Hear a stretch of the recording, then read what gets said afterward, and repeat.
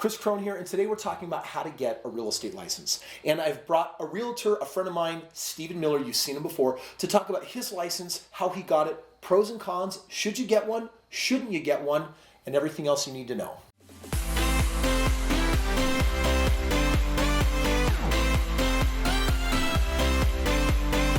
We are back. I'm here with Stephen Michael Miller, and today we are talking about how to get a real estate license. Many of you have been commenting and asking, and there's this idea that, hey, if I get into real estate or if I'm going to be an investor, do I need to have a license? Stephen, let's just actually start with some of the basics on, we'll get to how you get one, but first of all, what is a real estate license? Yeah, a real estate license licenses you to be able to buy and sell real estate for other people, to represent somebody. In other words, you're becoming an agent for that individual in that transaction. But the reality is in order to invest in real estate, you don't have to be licensed in anything. Some people think about getting their mortgage license. Some people think about getting their real estate license. Maybe some people want to get into the title aspects of that so they can do all the title searches on their homes. But to be a successful real estate investor, you don't necessarily need any of those yourself. Now, that being said, there can be some benefits to get licensed. I'm a licensed real estate agent. At one point, Kris and I were both licensed mortgage or loan officers. So there can be some benefits because you can take advantage of some of that commission. That's more money in your pocket. That's more profitability for you rather than paying that to somebody else. But you don't have to necessarily.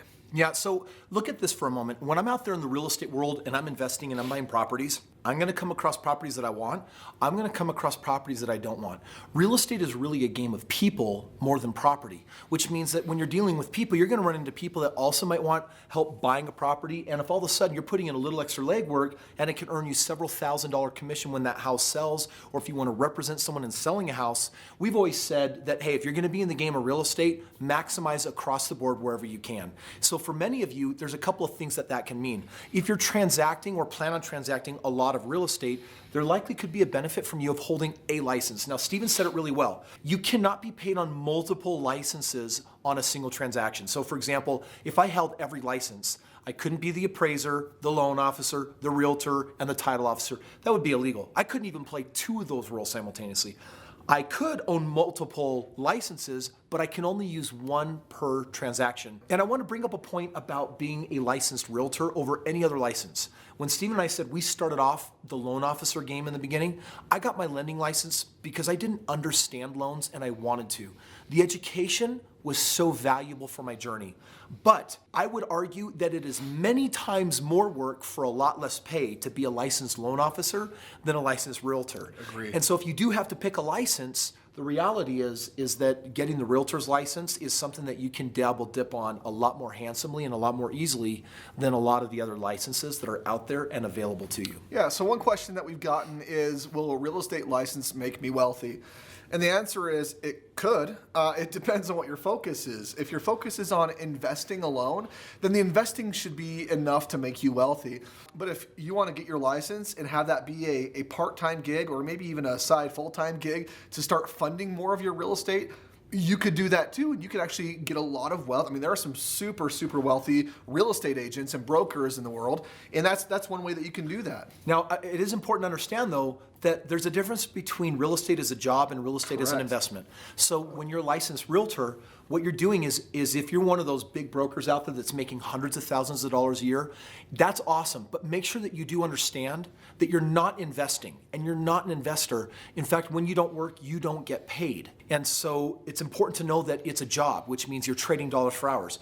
Doing realtor the right way, it can be a really lucrative exchange, meaning it's not like you're trading $10 per hour. You can literally exchange hundreds or in some cases thousands of dollars per hour, which creates a really nice draw. On the other hand, it's important I want to give you a word of caution. A lot of people think that having a real estate license means that you're in real estate. That is true, but also make sure you don't confuse that with becoming an investor. Unfortunately, there are many real estate agents out there that are so good at being realtors or so busy making their money that way that they're so close to investing, but they don't actually ever get into it because it's easy to make an excuse that, well, I'm already in real estate. An investor is someone who has properties that are paying them cash flow, paying them, that have equity, that are growing for them, and there's a plan. Can you do both? The The answer is absolutely, you absolutely can. Now, Stephen, if someone wants to get a real estate license, what does that look like in most scenarios? Yeah, getting a real estate license is really simple.